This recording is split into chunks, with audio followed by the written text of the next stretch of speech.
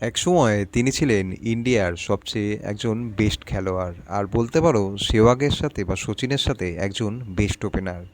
কিন্তু আজ সেই খেলোয়াড় হয়ে গেছেন একজন টক্সিক কোচ। কিন্তু এর পেছনের কারণটা কি? টক্সিক কোচের পেছনে তো অনেক রকম কারণ থেকেই থাকে, কিন্তু গৌতম গম্ভীরকে একদমই জাস্টিফাই করা যাচ্ছে না। কারণ তার নিজস্ব কিছু ভুল সিদ্ধান্ত, এখানে ওয়ানডে বলো, টেস্ট সিরিজ বলো বা আদার্স যে কোনো ম্যাচ হয়, সেইখানে কিন্তু তার ভুল পারফরমেন্স বা ভুল প্ল্যানিং রয়েছে। আর সেই ভুল প্ল্যানিং কিন্তু গম্ভীর কোনোভাবেই স্বীকার করতে চায় না। এই ২-৩ দিন আগে প্রথম ওয়ানডের আগে কিন্তু গম্ভীরের ব্যাপারে একটা নিউজ বেরিয়েছিল যে গম্ভীর আর আগারকার মিলে একটা মিটিং ডেকেছে, তাও নাকি রোহিত শর্মা আর বিরাট কোহলির ব্যাপারে। স্পেশালি এই দুটো খেলোয়াড়ের ব্যাপারে।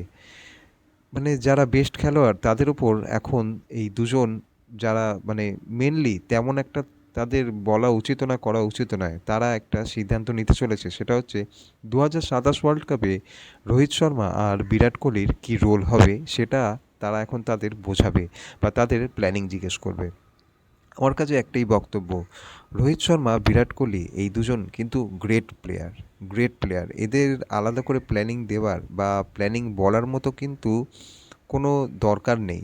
এদের উপর যদি তোমরা আলাদা করে প্ল্যানিং দাও বা প্ল্যানিং বলো, বা তোমরা এখন যদি বলো যে তোমরা 3 নম্বরে আর ওপেনিংয়ে ব্যাট করে থাকো, কিন্তু 2027 ওয়ার্ল্ড কাপ হিসেবে আমরা দেখছি যে তোমরা 5, 6 নম্বর বা 7 নম্বরে ব্যাট করবে। রোহিত শর্মা বা বিরাট কোহলি কেউই কিন্তু এই প্রস্তাবে রাজি হবে না। কারণ তারা প্রথমত ওপেনার, আর আরেকজন 3 নম্বর হিসেবে ভালো পারফর্ম করে এসছে। আর তার সাথে সাথে কিন্তু এই প্লেয়ার দুটোর মধ্যে এখনও যা পারফরমেন্স আছে মিনিমাম, আর যা তাদের ফিটনেস আছে এই মুহূর্তে আমরা যা দেখছি ওডি সিরিজে সাউথ আফ্রিকার সাথে, তাহলে তারা কিন্তু এখান থেকে এখনও 5 বছর মিনিমাম আরামসে খেলতেই পারে। টেস্ট থেকে বিদায় নেওয়ার কারণ হচ্ছে কিন্তু মেনলি গম্ভীরই।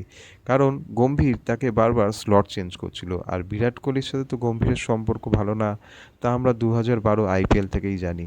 কিন্তু মিডিয়ার সামনে বা ক্যামেরার সামনে জানলে এই জিনিসটা না আসে, তাই গম্ভীরের সাথে বিরাট কোহলি মিলেমিশে একটু থাকে।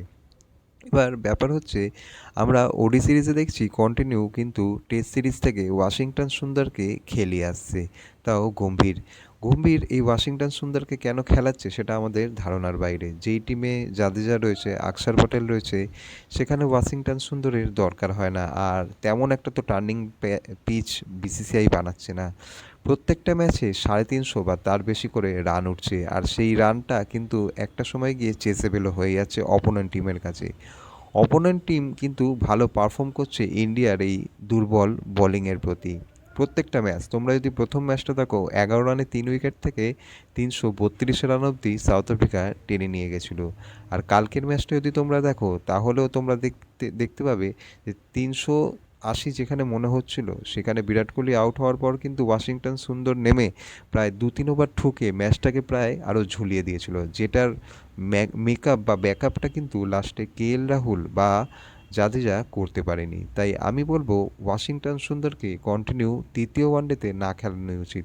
তার জায়গায় একটা প্রপার ব্যাটসম্যান বা আদার্স যে কোনো খেলোয়াড়কে খেলাতে পারো, যে কিনা ফাস্ট বোলিং অলরাউন্ডার হতে পারে। টিমের মধ্যে কিন্তু অনেকই অপশান রয়েছে, সেই অপশানগুলো কিন্তু আমাদের গম্ভীর ঠিকমতো অ্যাপ্লাই করতে পারছে না। যেমন ভালো ভালো স্পিনার, যেমন যুজবেন্দ্র চহেল বাইরে বসে আছে, চাহেলের মতো স্পিনার।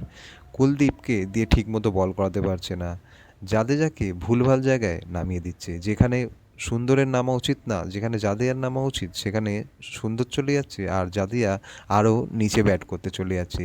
বুমরাকে মানলাম সামনে টি20 ওয়ার্ল্ড কাপ, কিন্তু বুমরাকে ওডি সিরিজের টিম থেকে বাইরে বার না করাই উচিত। কারণ এই ধরনের যদি 350 বা 380 পিচ যদি ইন্ডিয়া বানায়, তাহলে কিন্তু বুমরাকে প্রত্যেকটা ওডি ম্যাচ খেলানো উচিত। তার সাথে সাথে মোহাম্মদ শামির কিন্তু এখনও কোনো খবরই নেই যে শামি পরবর্তী কী হবে। শামিকে নিয়ে তোমরা ফিউচার মিটিং করো।